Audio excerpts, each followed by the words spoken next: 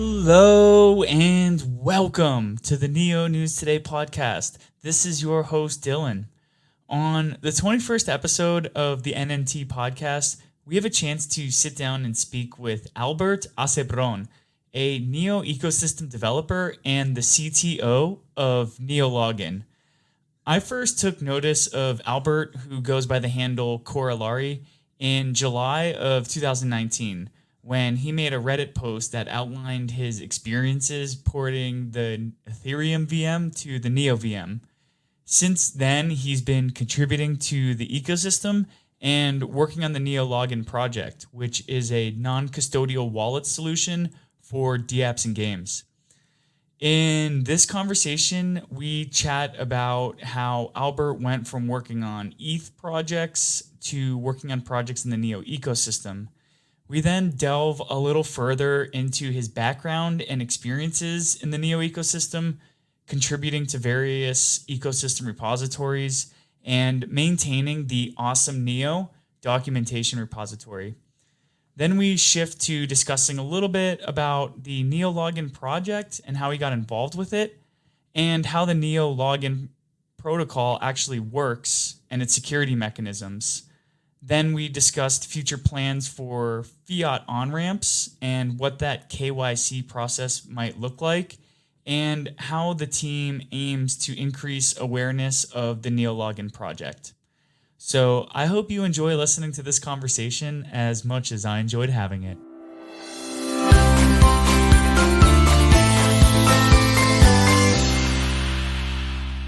Hey guys, what's going on? We're here with Albert Acebron, also known as Corollary on GitHub.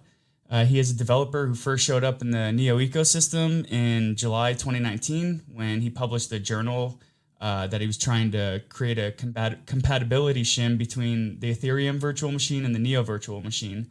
And in recent months, he's been working on NeoLogin, a non-custodial web-based wallet for the Neo ecosystem. So, hey Albert, how's it going today? Yeah, pretty good over here. Awesome. I am doing great. I'm really excited to speak with you. Kind of when we were talking before we started recording, I'd mentioned that I'd first seen you join the Neo ecosystem when you made that post. So I'm wondering if you can tell us a little bit about yourself and also what you're doing in Singapore. Cool. Yeah. So I'm currently like a university student. I first got involved in Neo like about a year ago when I went to hackathon in Finland and met like several of like the people in Neo team over there. And then last summer, I was working at NGD Shanghai, essentially doing like some research over there as an intern. And now I'm like in the ecosystem, like building NeoLogin mostly. Yeah. Wow, that's pretty cool. I didn't know that you were working at NGD in Shanghai. We got to visit the office in September and meet. Yeah, that was a pity. Yeah, it was really cool. So maybe you can tell us a little bit about your development background then. And have you, when you're doing sort of blockchain work, have you always only been interested in the Neo ecosystem? Or what was it like when you delved a little bit into Ethereum as well? Oh, yeah. I initially got into the whole like blockchain ecosystem, doing some stuff for Ethereum. I've also like spoken at like a few Ethereum conferences. Highlighting some work I did as I essentially like built a preprocessor for the Solidity compiler. Mm-hmm.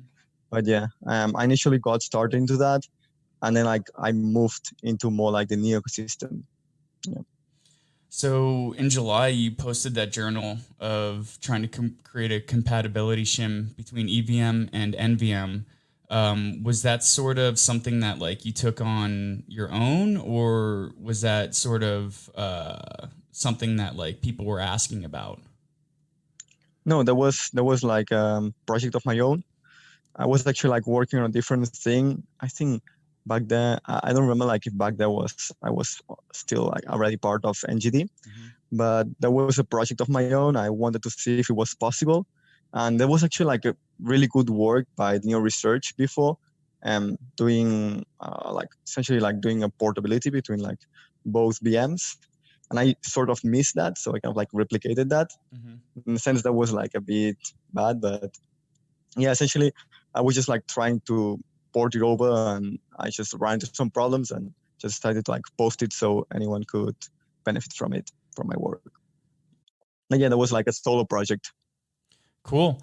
I'm not a developer, but it was refreshing to see that post because it was going back to this early 2017 COZ and Neo ecosystem ethos of contribute first and reward later. So, what are some of the major differences that you've noticed between developing in the Neo ecosystem versus developing in the Ethereum ecosystem? And this could include things like individuals you've had access to for asking questions, general documentation, or the technical differences between the blockchains. All right. So this definitely left a difference in terms of like, I would say like in terms of educational material. Maybe like the Ethereum blockchain is like far ahead because you usually have like, well, there's like, especially when I was in Europe, there was like a lot of interest on Ethereum. So you would have like all these meetups in Barcelona back then, have like these like weekly or monthly meetups. You would have like, there would be like all these companies like building educational material on top. So there was a bit like yeah, the educational material for like the Ethereum was like more extensive than the Neo. Mm-hmm. But yeah, on other sides, like, yeah, I mean, I don't know.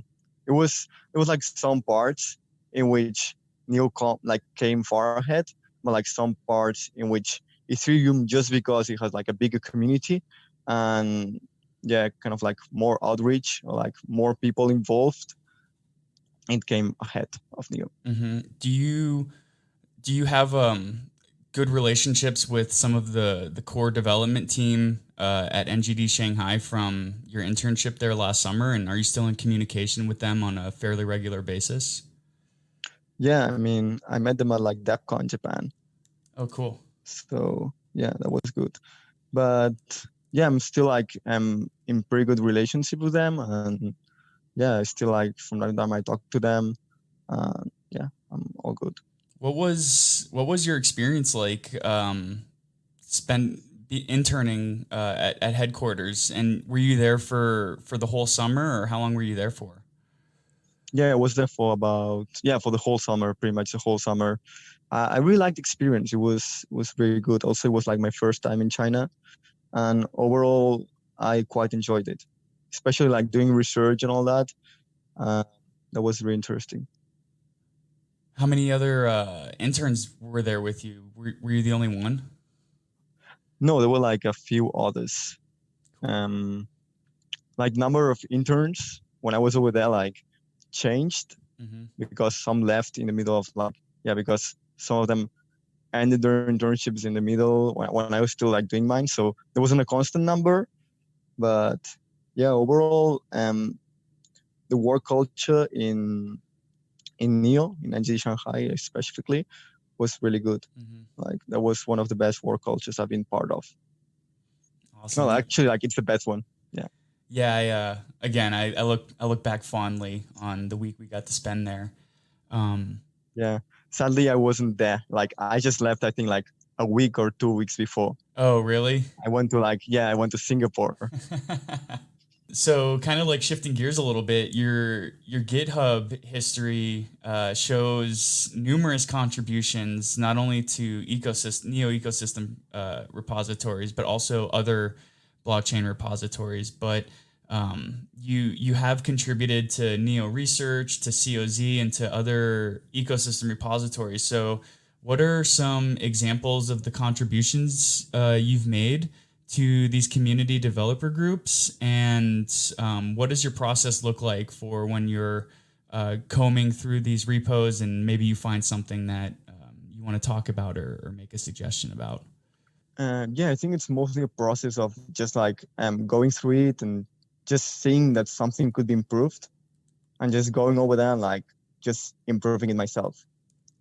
I mean, it's more of a thing of like developing this sort of mentality of just helping like other projects in the ecosystem or just helping projects. Yeah.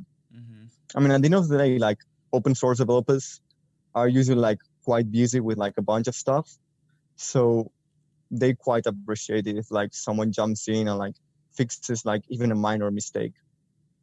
So being myself there, like I've had like some projects that have a like minor success, and yeah, I just like quite appreciate it. So I just do the same for other projects. And like for example, in the case of like COZ, I just saw that there was like a few projects, specifically like the one I've been involved most with has been like Awesome Neo, that like the previous developer was like really busy like nowadays. So I just stepped in and was like, hey, can I help with this? Can I maybe, yeah, like, I just started contributing. And yeah, they were like really welcoming. It was really great. That's pretty awesome. So I noticed that like maybe potentially through all your contributions to the various repositories and different community developer groups, maybe you were noticed or for the NeoLogin project you're working on. So I'm wondering if you could tell me a little bit about what NeoLogin is and how you got involved in the project. Yeah, so essentially like the idea of NeoLogin was born from back when I was in like working with in China, working like several stuff in the ecosystem. And yeah, I saw that like there's like this last year in the whole blockchain space, there's been like a huge resurgence of like wallet solutions or companies built around like building wallets. Mm-hmm. And yeah, I saw like some ideas that were like other people were implementing that I thought were quite interesting, and I just wanted to like port them over to Neo. So as soon as I finished like my internship, I started working on the idea. So I'm wondering if you could give me an elevator pitch about NeoLogin and why it's important to have a wallet solution like this. So the core of NeoLogin is a wallet solution that for the specific like for Neo and specifically for Neo dApps that just feels like a standard web login system. So essentially, we're taking the standard interface that people are used to as just like logging with the email, like totally like web-based and like synchronized across devices, and just bringing it over to like Neo and yeah, and to in order to like enable it to be useful for the app developers. Yeah, that's pretty much it. So how can I ensure that my wallet is safe? Is my wallet stored on some sort of server? My wallet information stored on a server? Is it something that's stored on my computer? How can I ensure that like NeoLogin's servers don't get hacked and my information is included in that?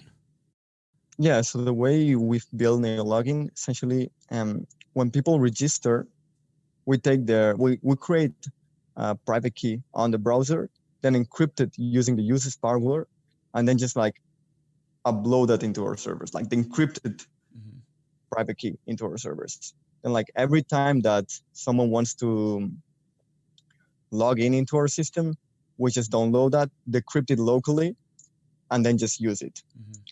So we essentially make sure to never touch the private key, and also ensure that like the passwords that users use are strong enough. So even if they hacked our database, or even if we turn malicious, we wouldn't be able to crack these passwords and get the private keys.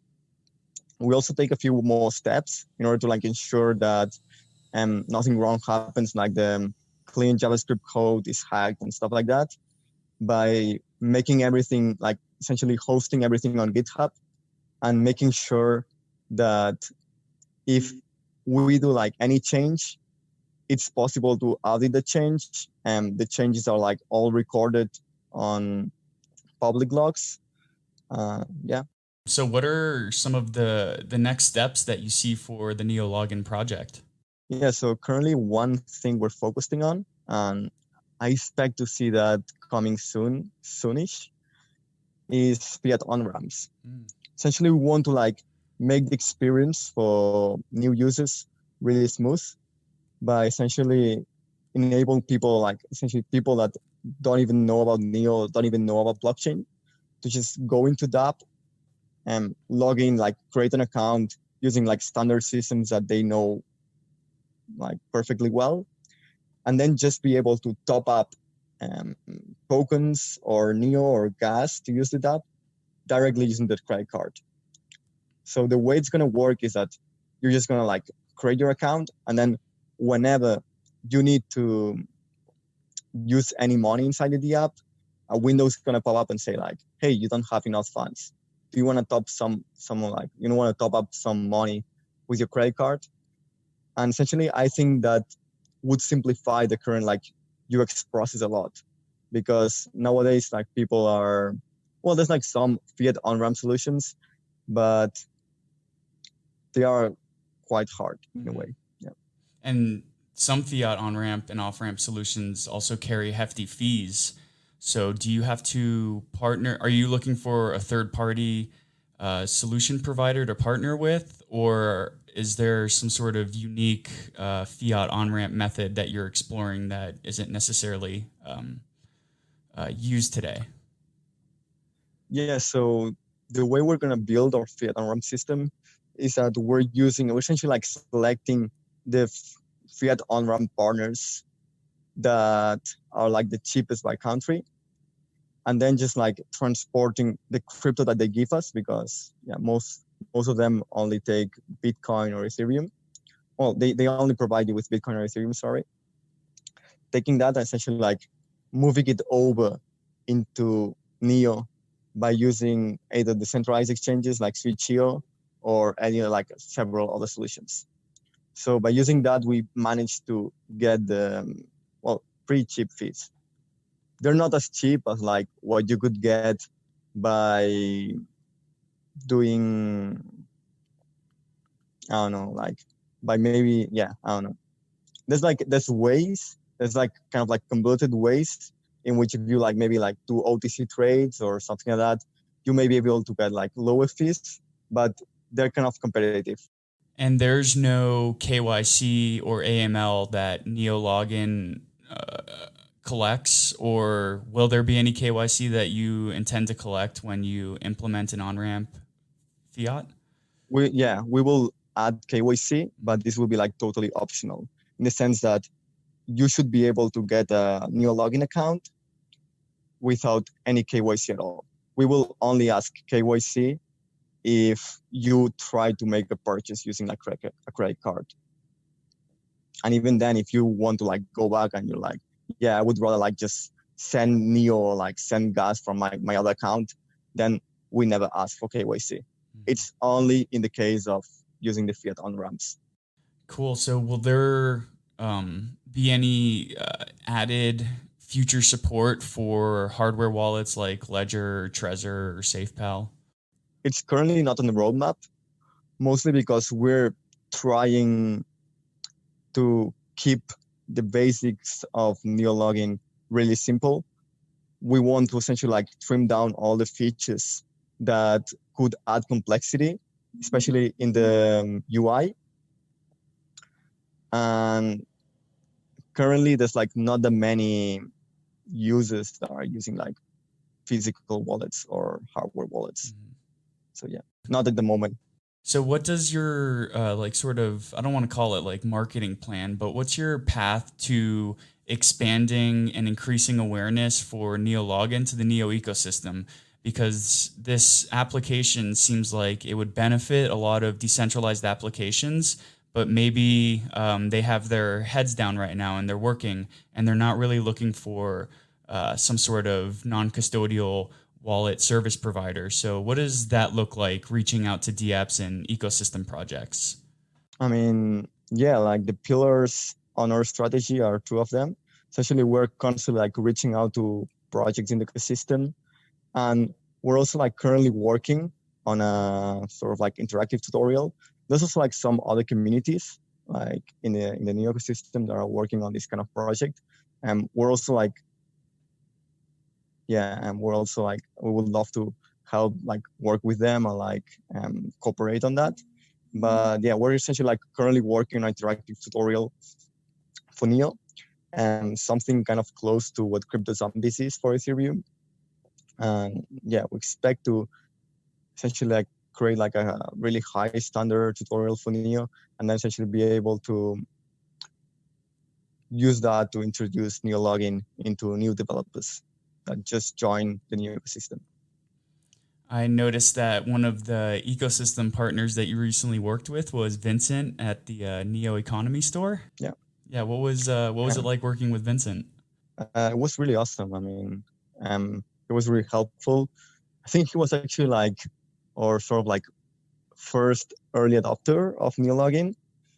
And yeah, that was like being able to create a product and then like instantly, I think we even hadn't like finished the product, and him being interested and all that, that was really refreshing and it was pretty interesting.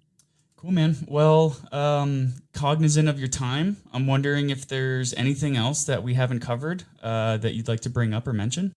Not really. If anyone's interested in like hearing more about NeoLogin or maybe integrating with us, or they just have like some ideas they would like to talk to us, they are free to come into our webpage, and there should be like our contact information over there. But if not, they can contact me directly at albert@neologin.io, or just using like the corollary handle on Telegram. And what's the NeoLogin webpage? Oh, it's neologin.io. Awesome. Well, Albert, this was a great conversation. I really appreciate you hopping on the phone with us. I know that there's also going to be a Neo AMA that will probably come out before this podcast airs. So NNT listeners can also look back on Neo News Today coverage to see a transcript of that AMA, which will certainly have happened by the time this episode airs. So thank you so much, Albert. Have a great day, and I look forward to chatting with you in the future once NeoLogin has sort of been adopted by more and more users in the ecosystem. Yeah, thanks. Thanks for having me here.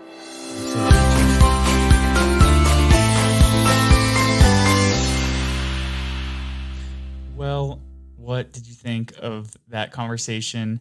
I thought it was really cool to hear that Albert had been an intern at NGD Shanghai and was a little bummed that we missed meeting one another by a week or two during the Neo Community Assembly in early September 2019 that took place in Shanghai.